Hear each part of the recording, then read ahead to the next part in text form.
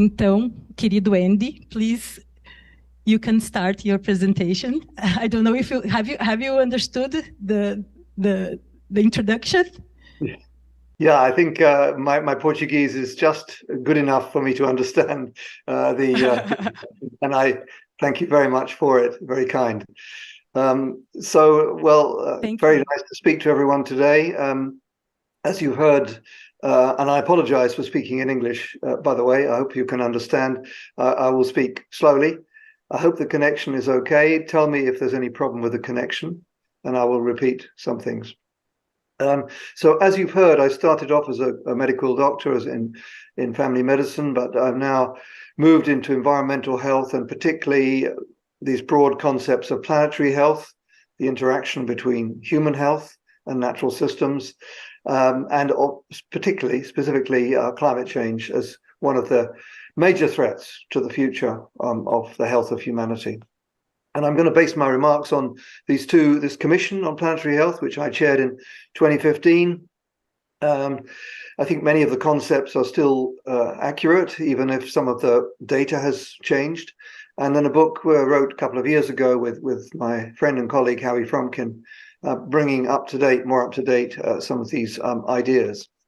So let me start with this slide. And I don't expect you to read the detail, but please just look at the patterns. On the left side, you can see the trends, the socioeconomic trends across the world, across our small planet. And you can see how world population increased dramatically, particularly since the middle of the last century.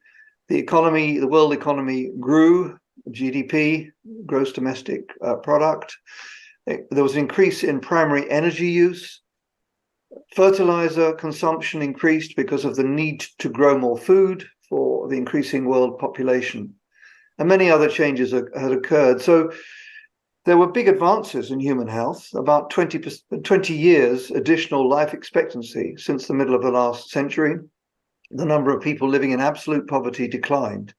Of course, still too many inequalities and still too much poverty in the world and suffering, but there were real advances. But unfortunately, these advances, this human progress, came at a cost. And the cost was borne by the Earth systems, which you can see on the right here.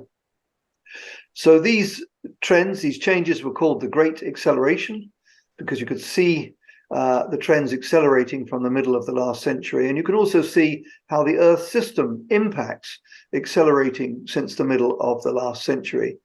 You see the accumulation of greenhouse gases like carbon dioxide, nitrous oxide, methane in the atmosphere causing climate change, increasing surface temperature, which I'll come on to in a moment, of the surface temperature of the planet. Sorry about that. And many other changes as well. Loading of the oceans with acid, increasing the acid oceans, degradation of the biosphere, loss of tropical forests, and so on. So these big changes in the Earth systems will have major implications for human health, and they can undermine the progress that we've seen to date in human health. And this is the most recent report, just come out in the last couple of days, on the planetary boundaries. Now, this concept of planetary boundaries is a very important one, and we used it to frame our thinking in the Planetary Health Commission of 2015. And this science is advancing all the time. So according to this analysis by Johan Rockstrom, Catherine Richardson, and others published in the last few days, these 9 planetary boundaries, which are shown on the slide, 6 of them are now being exceeded. So climate change, of course, is one. The levels of carbon dioxide, the most important greenhouse gas. The total, what's called the forcing of the climate, so that's the impact of these greenhouse gases on temperature. The fact that we're putting a lot of what they call novel entities or pollutants into the environment, tens of thousands of new compounds, many of which we don't fully understand. Phosphorus and nitrogen is leaking from the land into the oceans, into rivers, and it's causing dramatic changes in ecosystems. We're depleting fresh water, both the water that comes from rainfall, but also the groundwater that we use to irrigate the land. We're deforesting tropical landscapes in particular to grow more food or to harvest timber, and we're damaging the biosphere. So we're seeing dramatic declines in species, in numbers, in complexity, in the functional ability of ecosystems.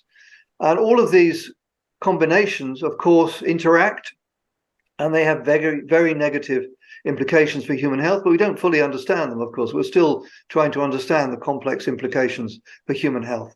But let me say a few words about some of the things that we do understand.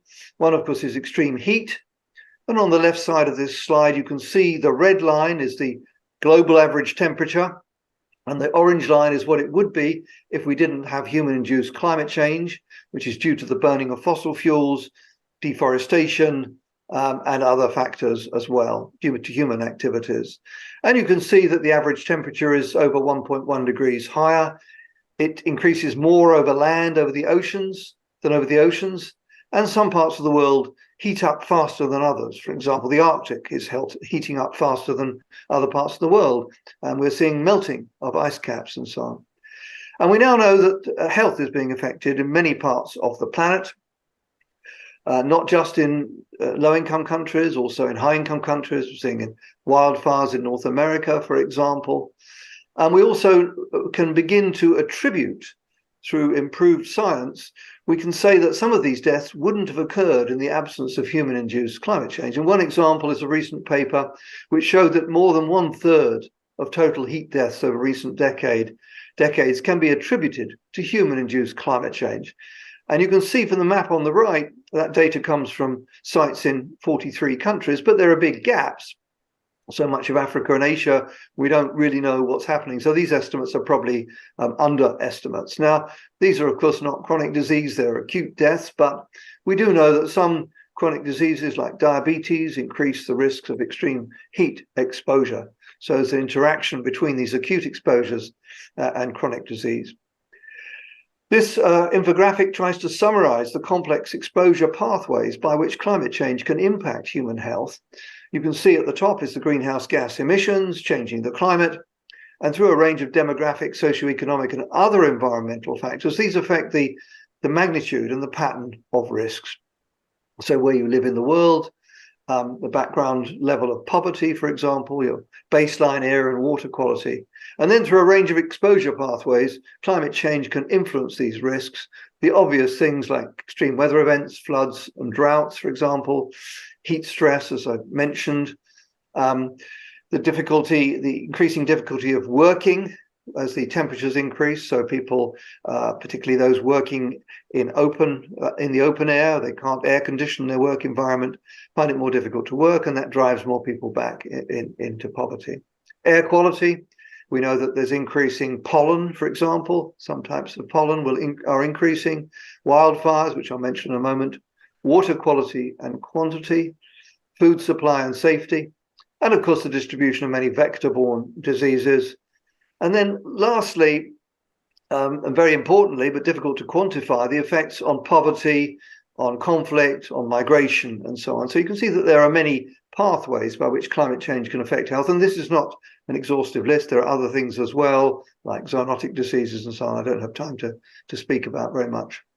And you can see that many of the impacts are concentrated in low and middle income countries, but all parts of the world, as I say, are experiencing effects.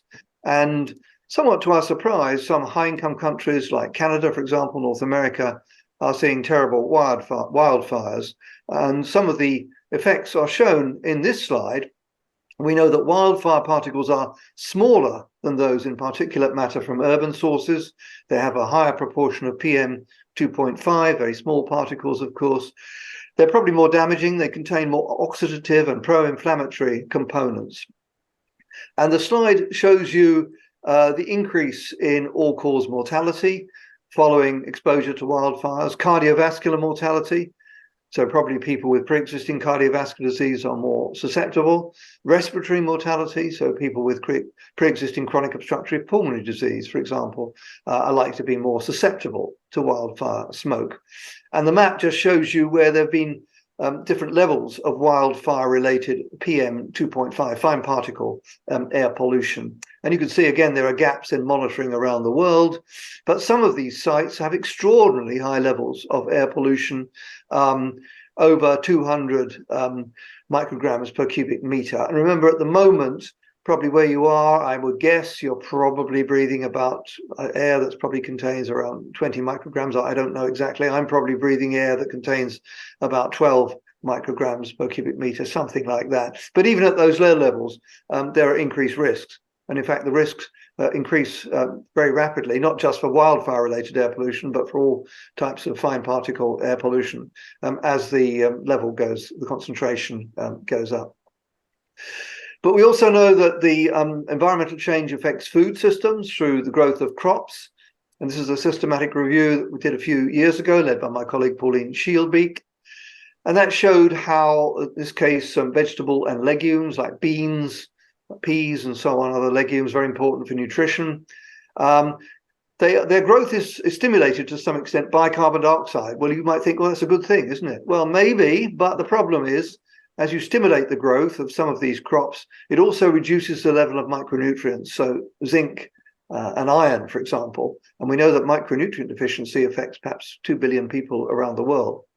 So this could reduce the availability of micronutrients to many people. But overall, environmental change has big negative effects. If we look at the effects of water availability, which may be affected by climate change, of course, big negative effects. Effects of temperature, big negative effects, not just at 4 degrees shown here, but also quite modest increases in temperature can really decrease yields. And ozone, which is, of course, a powerful greenhouse gas in its own right. And environmental change is increasing ozone, for example, because of methane. Methane is a precursor of ozone. So that also reduces crop yield. So the general effects are negative. And that will affect, of course, the availability of nutritious food around the world. It isn't just climate change as well, biodiversity loss, for example, through the reduction in pollinators. So pollinators like bees, butterflies, hummingbirds, you can see here. As the pollinators decline, that reduces the pollination of food-related crops. And this is work not done by us, but by Sam Myers' group at Harvard a few years ago. They showed how that would increase the risk of non-communicable diseases, cardiovascular disease, cancer, and diabetes, which you can see on the map, but also undernutrition and communicable disease as well, the lower part of the map. So the decline in these crops that require pollinators, which are declining for reasons of climate change, loss of natural habitat, increasing use of pesticides, and so on. This could have big public health implications. But the food system isn't the only mechanism, or the air pollution is not the only mechanism for the effects on chronic diseases. We also see in some parts of the world, with the salination of drinking water, in countries like Bangladesh, for example, there's an unusually high incidence of preeclampsia in pregnant women in coastal regions, and a significant association with drinking water sodium, as our colleagues in Bangladesh showed some years ago. And you can also document when you change the level of saline in the water, for example, as you move into the rainy season, then blood pressure parallels that level of salinity. And it also increases the risk, the odds of hypertension in non-pregnant individuals as well, as shown on this slide. So as sea level rises, more saline, more salt gets into the coastal aquifers, then that can increase the exposure of these populations to very high levels of saline in their drinking water. And this is a combination of local changes like damming of rivers, for example, with global changes like sea level rise. Now, it's not just physical effects, of course, it also there are effects on mental health. And we're now beginning to understand the effects, and they can be quite long term. For example, when populations are exposed to floods, droughts, wildfires, they're experiencing high levels of chronic mental disorder, common disorders like depression and anxiety. We also are becoming aware of this concept of solastalgia. Solastalgia is the distress caused by environmental change. So, for example, when communities have to move, because of an extreme event, because of a flood, for example, or because of melting ice in the Arctic, then they experience these feelings of distress, of environmentally related distress. And we also know that climate anxiety is quite prevalent in young people. And this survey shown on the right side of the slide shows you that a high proportion of young people, including in countries like Brazil, are extremely or very worried about climate change. And on a global scale, nearly half of them said that they were so worried about climate change that it was having an impact on their functioning. They also said, in response to this survey, not shown on the slide, but it's in the survey results, that they had very little faith in political leaders to address these problems in sufficient time with sufficient ambition. So there's a loss of faith amongst young people in political leadership to address these problems. So let me, in the second part of my talk, move on to what we need to do about this, because I don't want to leave you with the impression that nothing can be done. Of course, a great deal can be done and must be done very quickly. And there are two things that we can do. One is we can adapt to the changes that we can't prevent, because we're already over 1.1 degrees. We can't prevent it all. We're probably not going to keep temperature increases to 1.5 degrees. Sadly, that opportunity is missing. It's being lost. We may be able to keep under 2 degrees global average, which means in some parts of the world much higher than 2 degrees, but we need to act very quickly. So we will need to adapt to climate change, whether we like it or not. We can adapt by better disaster management, better flood protection, more resilient, climate resilient healthcare systems, which are able to sustain population health in the face of these environmental shocks. So there's quite a lot we can do. Better early warning systems for health, heat health, early warning systems for disease like dengue, for example, or malaria in some regions.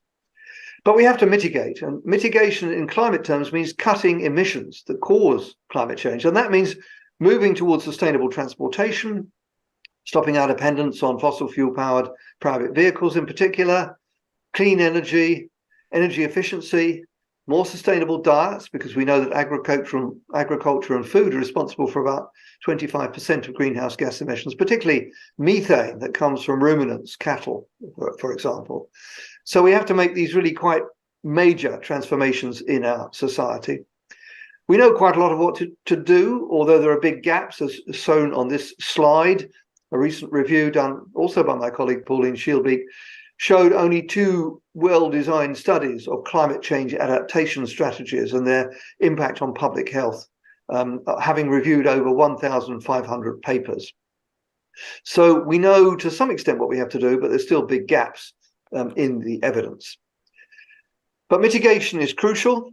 And I suppose the good news about mitigation is that when we cut greenhouse gas emissions, we can also benefit human health in the near term, not just by reducing the risks of dangerous climate change, but also, for example, by reducing air pollution, which kills, according to WHO, about 7 million people a year. And the slide on the left part of this slide shows you what people die of.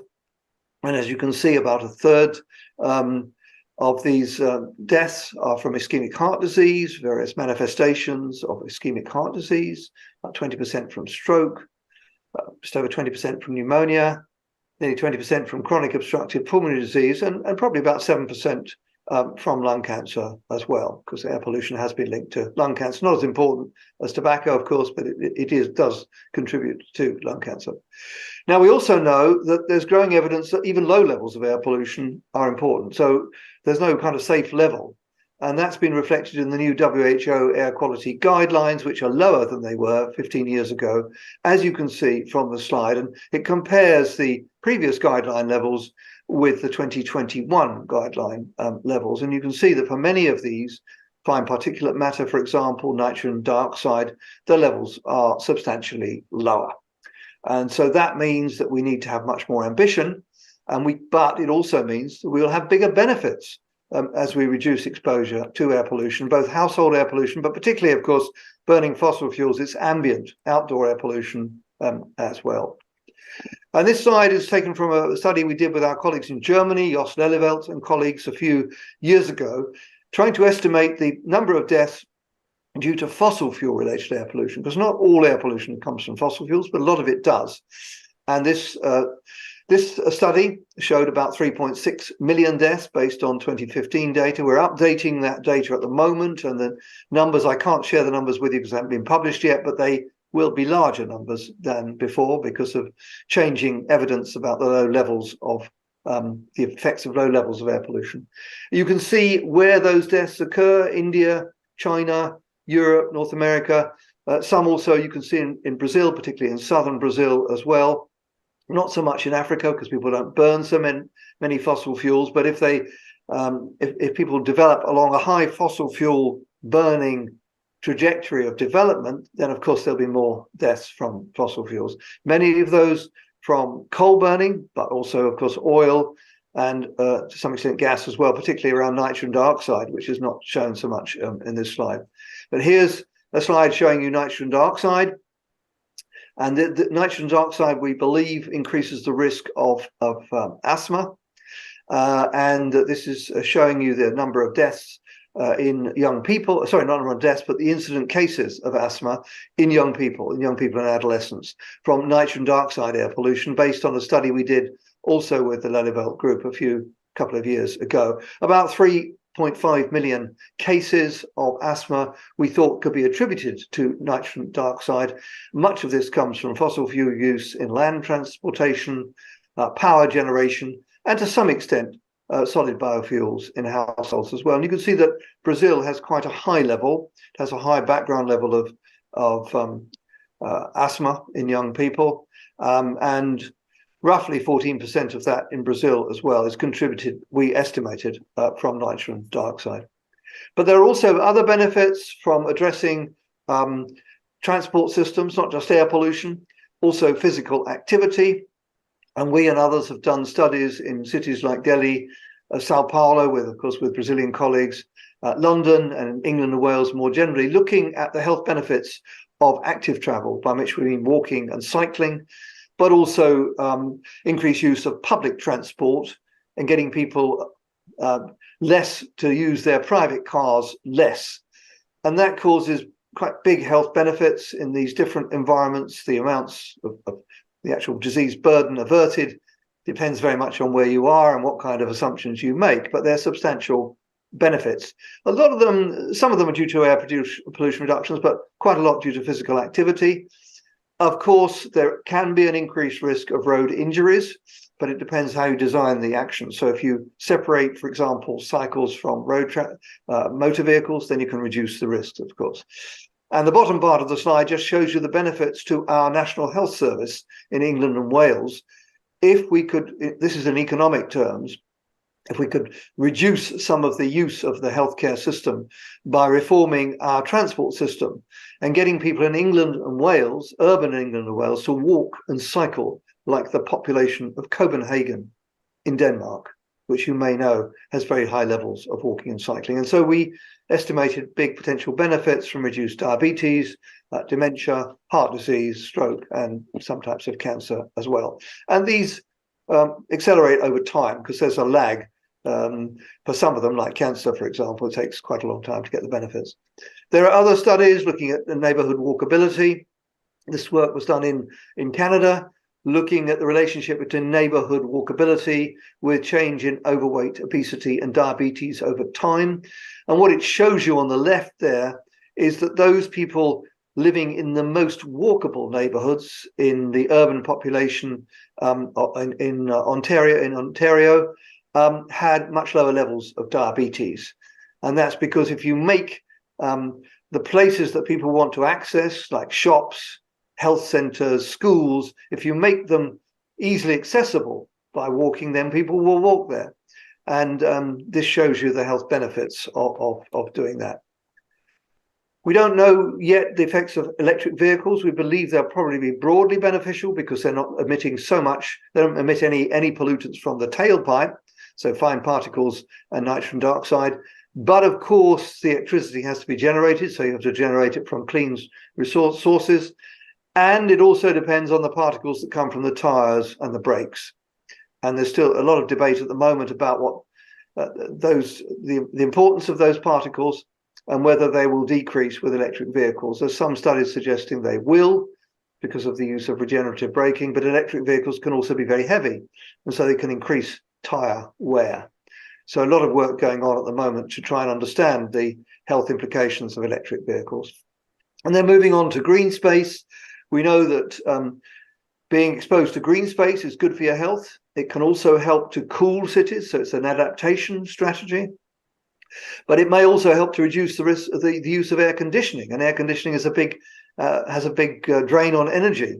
So it may also help to reduce the energy demands and therefore help to reduce greenhouse gas emissions if we can put enough green space in cities to help cool cities. And this is also taken from Canada, and it shows you the decreased death rates associated with exposure to greenness. And you can see that, you know, if greenness is a lot of green space within 250 meters of the home, then there's big reductions in cardiovascular disease, respiratory mortality as well. This slide also shows increased protection for those of higher income, and that may be because the quality of green space in more deprived areas is not so good. So we have to be careful that these actions don't increase inequalities. The food system, I don't have time to talk very much about the food system, but just very briefly, there's a lot of food waste, of course, about 30% of food is wasted. We know that many healthy diets, if you follow WHO dietary recommendations, that in many countries would reduce greenhouse gas emissions as well as benefiting health, and also reduces the amount of land needed because, for example, we don't need as much land to grow crops to feed livestock, for example. Vegetarian diets have greater benefits, but of course it's difficult for cultural reasons to get people to eat vegetarian food, at least in many countries, not in some countries like India, but many other countries. But even moving towards healthy diets with more consumption of fruit and vegetables and less consumption of red and processed meat is a good thing for the environment and for health. And this is the famous Eat Lancet Commission that I wasn't involved with at all, but I think it's a very interesting report. And they modeled the effect of what they called a planetary health diet, which is a diet in which we consume lots of fruit and vegetables.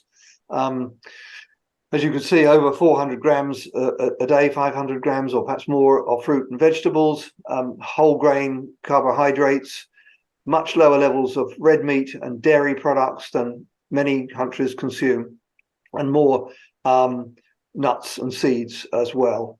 And they suggested that if we could do that with the whole world population, which would obviously be difficult to do, but it was a thought experiment really, that you could reduce greenhouse gas emissions, keep the planet within planetary boundaries from the food system, and reduce premature deaths by very large numbers, by many millions over coming decades. So big potential benefits. I mean, the challenge is, of course, how to implement that change.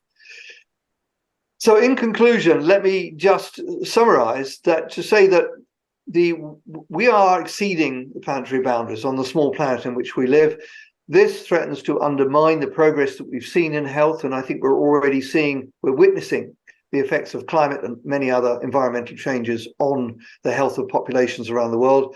But the good news is that many of the policies that we need to put into place, we need to implement to reduce these environmental impacts, can also benefit our health, not just by reducing the risks of dangerous climate change or biodiversity loss caused by land use change, but also by these what are called co-benefits or ancillary benefits from reduced air pollution, improved diets, and increased physical activity. And this concluding slide summarizes a modeling study of 9 countries, including Brazil, but other countries as well, which showed that by 2040, if these countries implemented nationally determined contributions, that's NDCs, these are the contributions that each country makes under the Paris Climate Agreement. If they put these policies, if they put this health dimension at the center of new climate policies to meet the Paris Agreement targets, these could reduce air pollution, diet-related and physical inactivity-related deaths by many millions in total. You can't just add them together because they do affect the same outcomes, but even if you take that into account, there's still many millions of deaths that could be prevented by implementing these policies just in these 9 countries that they studied.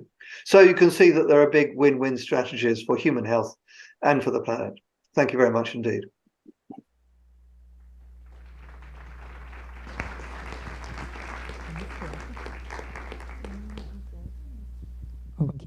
Thank you so much, Andy.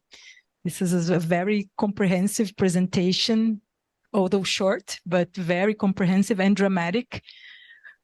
On the one side, because it shows the dramatic negative impacts of all these climate change and all the other important things that are happening with the planet. But also on the other side, the impact of the actions we can take, the positive impact is also dramatic. And this is the good news that we can do. There are so many things that we can do. Yeah. And the range of actions is very broad. So we can do many things. One thing that I would want to share with you, Andy, is that right now here in Rio Grande do Sul, we are going through a real example, a very dramatic example. We're going through a period of excessive rains and floods in our state. Yeah. And so we have a big emergency, a human and public health, and it's a big thing that's happening here. A lot of people are going to these places, to volunteers, to help in the material needs of the people, and also health needs and mental health is very dramatic too. Yeah. So I think it's very clear that we have a very dramatic situation to deal with.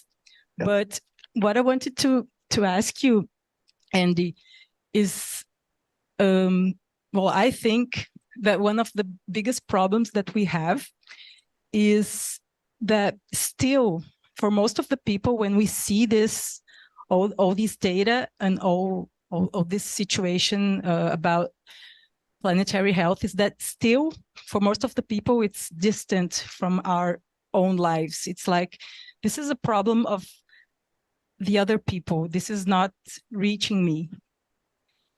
So I think this is one of the things that I would want to ask you. How can we really create this sense of belonging to this? This is my problem. This is not somebody else's problem. This is my problem, and I have to do something about it, whatever is within my scope of doing something. So this is one question that I want to ask you. Thank you so much, Camila. Yeah, I mean, this is something which obviously concerns me a great deal. And we have to be careful that we don't put all the responsibility onto individuals, because many of these issues are systems problems, you know, and they are due to the fact that we live in a system where we don't pay the full economic costs of burning fossil fuels, for example, or the full economic cost of eating a high meat diet, for example. So part of the problem is the economic system drives us towards more destruction of nature. And so we have to be careful not to say to our individual patients, you know, it's you're causing this. I would put it the other way around and say, you know, there's a great opportunity for you to benefit your health, but at the same time, that will bring some benefits to the planet as well. Because I think that many people can't really relate to environmental change. It's too, as you say, it's too distant. It doesn't really, they may be concerned about the environment theoretically, but in real terms, it doesn't motivate change. But many people are concerned about their health and the health of their loved ones and the health of future generations. So I think this is why the voice of the health professionals is so important. And engaging in a constructive way, sometimes that can be done with individual patients. Sometimes it can be done with our hospital or clinic, helping them to decarbonize their supply chains, which I didn't have time to talk about, but it's an interesting challenge in its own right. But sometimes it means working with others in other sectors. So, for example, working with the city administration to advise on clean transport systems, or more flood resilient infrastructure, or better early warning systems that can give early warning to populations about floods, heat waves, and so on. So I think there's many ways in which we can work, from the individual level to the collective level in our day-to-day work as health professionals, but also working with other sectors and other disciplines on a city level, a state level, or even a national level. Yes, thank you. It's really important that we have at the systemic level, these changes that are political, economical, so that people have a real chance to choose sometimes what they are going to eat or how they're going to move around, because many times this is not a choice for most of the people who don't have the conditions to live decently. We have been talking a lot about social determinants of health here in this conference, and inequalities, inequities. So I think this is all the same big issue. Somebody would like to make a question? Pessoal, tá dando para entender o inglês. We are trying. E fazer alguma pergunta. Ainda temos tempo, se alguém quiser fazer alguma pergunta, temos uns 5 minutos. Sim. Andy, we have a question from the audience. Good morning, Professor Haynes. It's a pleasure to hear you. I'm Paula Diaz from the University of Antioquia in Colombia. Thank you for your inspiring talk. I was wondering, as a public health worker and surveillance health people, how can we really do more to prevent this climate change? How can do more for the new generation of people that are growing up with this pain, the pain of our health, our whole world? And how maybe we could do really new action to hope for these new generations? Thank you very much. Thank you. That's a wonderful question. And of course, it is the big question that confronts all of us, really, how we can mobilize people in a positive way for action, particularly, of course, young people. And my experience is that young people are so particularly concerned. Unfortunately, middle-aged and older people tend to be less concerned. So I do think working with youth is really important because they can influence their parents and their grandparents so much. I think having a positive message, even if we can see the negative impacts all around us, and you're experiencing in Rio Grande do Sul, I know you're experiencing the floods, which we just heard about. But although we're experiencing many negative impacts, it's very important also to keep, I think, this positive message. Because what we do know about human behavior is that just telling people that things are very bad will not necessarily motivate change. Whereas if we can prevent people with healthy alternatives, then that can, we hope, be a motivator for change. So I think public health professionals really have the opportunity to work with local communities, as I say, to help them to adapt to climate change as much as possible by better surveillance, better early warning, and so on. And working with other sectors to increase the resilience of city infrastructure, for example, to work with urban decision makers to ensure that urban planning takes into account both health and the environment. So I think there's a tremendous role for the public health community, working with clinical colleagues as well, of course, to inform decision makers, to try to motivate them for action, but also to reach out to the general public. So get on the radio, get on the local TV, talk about these issues, but not just in a negative way, but also saying what we can do about them in an attempt to really motivate the kind of changes that we need. Because politicians, I'm afraid, are not going to lead us out of this. Because some of the decisions that have to be made, in many cases, could be a little bit unpopular. We see here in the UK, for example, attempts to restrict people from using their cars, for example, or drive less polluting cars. This sometimes gets public opposition. But I think part of the problem for that is that the public has not been educated properly, has not been informed properly about why this is important. And also, too much burden has been placed on the poor. It is not the poor that are responsible for climate change. It's often the high consuming. The top 1% of the world's population contributes 17% of greenhouse gas emissions. The bottom 50% contributes very little. The bottom 10% contributes virtually nothing. So we need to try to ensure that the policies that are put in place don't disadvantage the poor. And I think it's really important for the public health community to articulate this clear vision of a healthy and environmentally sustainable future, which is, in reach. We do know quite a lot about what we have to do, but we're not doing it. So the voice of the public health community and the clinical colleagues is so important, I think, in shifting this kind of discourse, shifting this discussion onto a more positive discussion. Thank you. Yes, just to add to your questions, one of the things that we can do also is to introduce this theme in our in the training of students in the health area. For example, in our medical school, we are introducing, I think 1 or 2 years ago, we started with planetary health in one of our disciplines. So this is one thing that we can do to involve more the youth and the people who are going to be the future practitioners and future public health officers.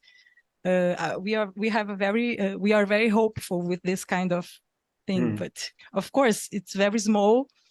It's a very small action, but it's something we believe that is very important to do. And can I just add, Camila, that we're now seeing many professional organizations, medical professional organizations, speaking out about climate change. So many of the kind of leading organizations around the world, including the World Medical Association, many national associations, the World Organization of Family Doctors, as you well know, is very, very active in the field of planetary health and climate change. So many of our professional organizations are really speaking out on this issue. And I think, to me, that's very, very encouraging. So I would also encourage you to work with your local and national professional organizations to make sure that they're really emphasizing the importance of planetary health and climate change. Yeah. Well, each one of us can be a spreader of this word, right? And do a small action within our scope and spread it to the other networks that we have. Thank you very much, Andy, once more for your contribution. Wonderful to be with you again. Sorry you're not seeing us. You're not seeing us, right? Well, I can see some of you. So yeah, and I know I can see that there's a lot of people in the room, and I'm grateful to you for listening. Thank you so much. Okay. Well, I hope next time we can be together in Brazil or somewhere else. But it was very nice that you could participate. Thank you so much. Thank you.